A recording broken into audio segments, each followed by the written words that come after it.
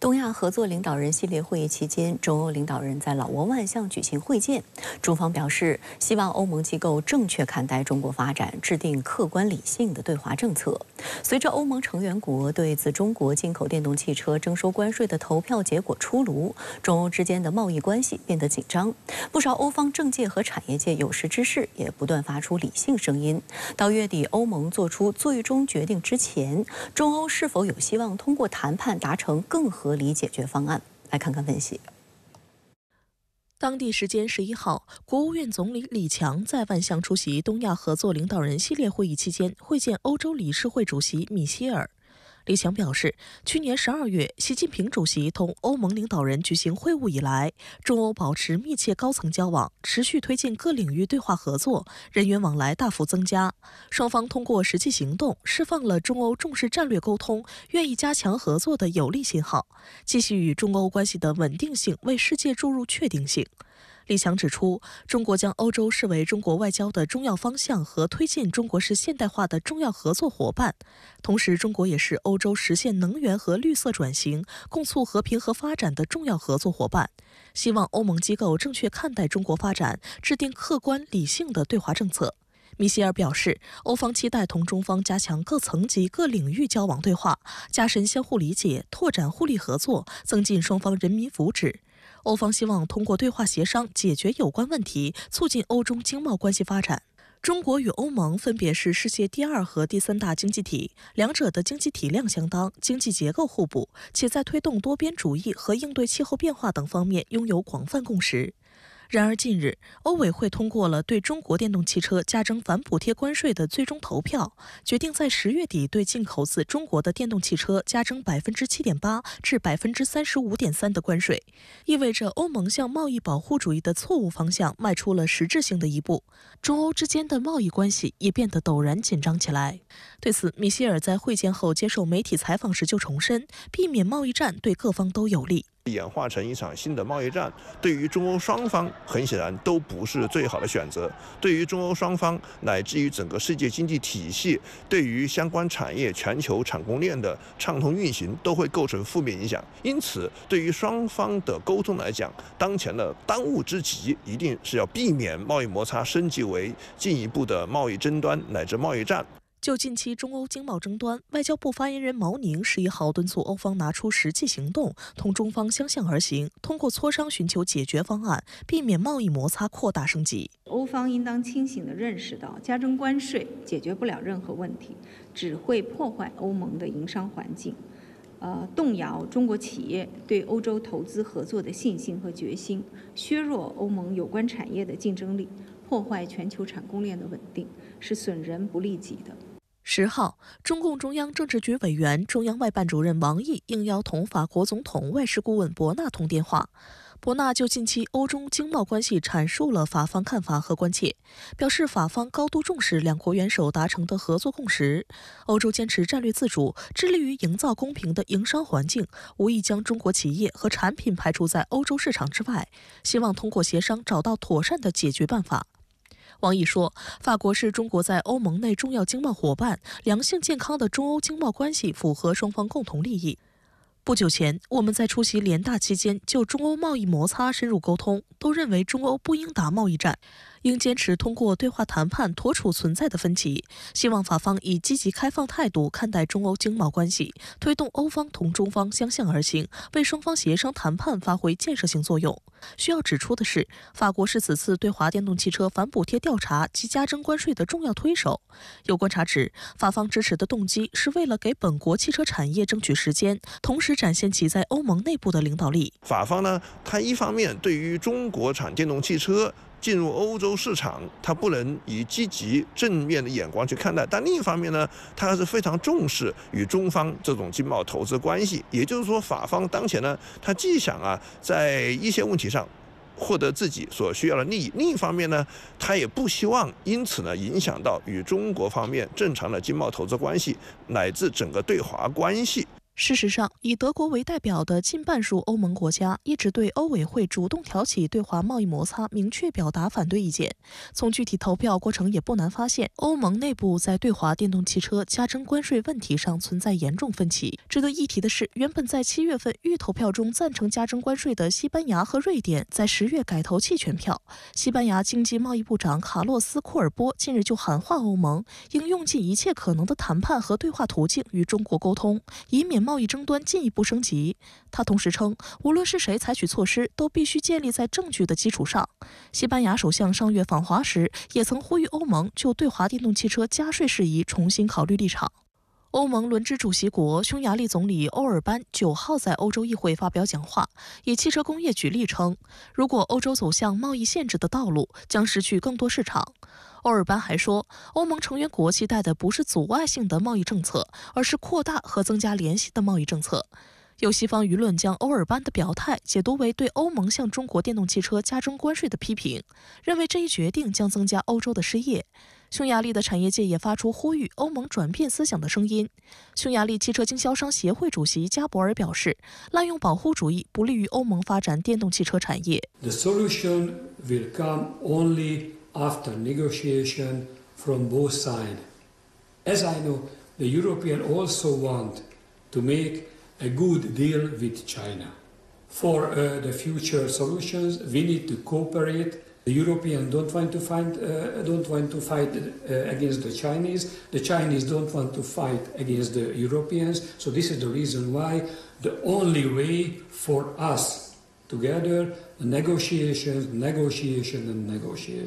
有分析称，在中欧全面、复杂而深刻的经贸关系中，有关电动汽车的关税摩擦或许只是一个局部，但它的最终解决方式却代表着一种趋向。欧盟应谨慎思考。目前对中国产电动汽车加征所谓反倾销税这样一个政策行为，并不是欧盟内部大多数成员的普遍共识。在欧盟内部关于这一问题的不同声音，或者说反对的声音，还是非常强大的。中欧关系，无论是政治关系还是经贸投资合作，要想在未来行稳致远，关键还是在于欧盟内部那些政治势力，它能够抛去长期以来看待中国发展的那样一副有色眼镜，能够以务实理性的态度来看待中国的发展进步。国务院总理李强周五在出席东亚合作系列会议期间，与欧洲理事会主席米歇尔会晤。这次场边会晤，海内外媒体广泛关注。那么您对此有何特别观察？好的，主持人。那么因为中欧在新能源车领域的这个贸易争端在持续的延烧。尤其呢，欧盟在扰攘大半年之后，刚刚在上周投票通过了所谓电动汽车反补贴案的仲裁草案，明确了对产自中国的新能源车开征特别关税的多档税率。当然了，欧盟方面也表达了继续通过谈判来解决问题的政治意愿。所以呢，现在外界高度关注这次中欧领导人在万象的见面，期望能够从中来捕捉到信号，把握趋势，来研判全球这2大重要的经济板块会不会因为新能源车爆发全面的贸易战。昨天中国与东盟国家领导人会议举行，李强总理在把脉外部形势时呢，他没有回避矛盾，给出了非常清醒严峻的态势判断。世界经济仍然是复苏乏力，保护主义抬头，地缘政治动荡等等，给发展带来的不稳定、不确定性上升，全球总需求不足的问题更加突出。那么，如果此时中欧再来打贸易战的话，不但双方都将会蒙受重大损失，对本就信心脆弱、复苏乏力的世界经济，那更是雪上加霜，令到全球经济发展的这种不确定性与不稳定性，可以说会再度放量。那这一次万象会见是欧盟上周投票通过仲裁草案之后，中欧领导人接触层级最高的一次。那我通读了新华社今天报道会见的电稿全文，并没有明确提到新能源车的任何表述。那么李强总理重申了对中欧关系作为中国外交重要方向的高度重视，也表达了进一步发展中欧关系，将欧洲作为推进中国式现代化重要合作伙伴的意愿。同时他也强调指出，中国也是欧洲实现能源和绿色转型、共促和平发展的重要合作伙伴。为此呢，大国总理当面向米歇尔呼吁，希望欧盟机构能够正确看待中国发展，制定客观理性的对华政策。在欧盟区内最大经济体以及最大产业领域，也就是汽车产业的强烈反对声中，以关税来作为武器，甚至注定会面对完全不可控的多输的结局。欧盟如此炮制涉新能源车的关税政策，必然是客观理性它的极致的反面。那么米歇尔的表态与回应又释放了哪些信息呢？我个人观察，米歇尔他在会见前后的表态是很矛盾纠结的。我想这一定程度上也代表了欧盟内部在新能源车这一重大经贸议程上它的分歧与撕裂。耐人寻味的是，米歇尔他在会见之后对媒体的直接喊话，将这样一种矛盾纠结可以说展现无遗。一方面，他以 frank and candid， 也就是坦率、诚实来形容这一次与李强总理的会见。他强调自己对此印象强烈，双方沟通对话的门并没有关上。虽然现在的局面很困难、很挑战，米歇尔个人也表示希望，期待在未来几天或者是几周能够找到妥协的办法来达成相关协议。但是呢，与此同时，米歇尔他也在展现所谓强硬的姿态。比如呢，他再次拿所谓公平竞争、经济关系再平衡来说事儿，声称为了创造更加公平的赛道，中方必须修正贸易行为。我想这实际上就回到了这场争议的源头，也就是竞争力的溯源议程。中国新能源车它的竞争力到底是从哪儿来的？对这个重大议题呢，中国元首5月访问法国期间，在爱丽舍宫参加中法欧的3方会晤时，解释的再透彻不过了。中国新能源产业在开放竞争中练就了真本事，代表的是先进产能，不仅丰富了全球供给，缓解了全球通胀压力，也为全球应对气候变化和绿色转型做出了巨大贡献。那么，不论从比较优势还是全球市场需求的角度来看，都不存在所谓中国产能过剩的问题。当时呢，作为欧盟领导人参会的，正是主导对中国产新能源车进行所谓反补贴调查的欧盟委员会主席冯德莱恩本人。事实上呢，这样的一种矛盾与纠结，也在昨天和王毅通话的伯纳身上展现无疑。那这是伯纳时隔半个月再度与王毅对话沟通。上月底在纽约出席联大会议期间，两人呢就曾面晤。而这2次对话沟通，新能源车都是一个焦点议程。法国是推动欧盟搞新能源车反补贴调查最起劲的欧盟国家之一，但是呢，法国也是受中国最新宣布对欧洲白兰地采取临时反倾销措施受影响最严重的国家之一。那我注意到伯纳昨天在通话中，他也在表态了，法国无意将中国产品排除在欧洲市场之外。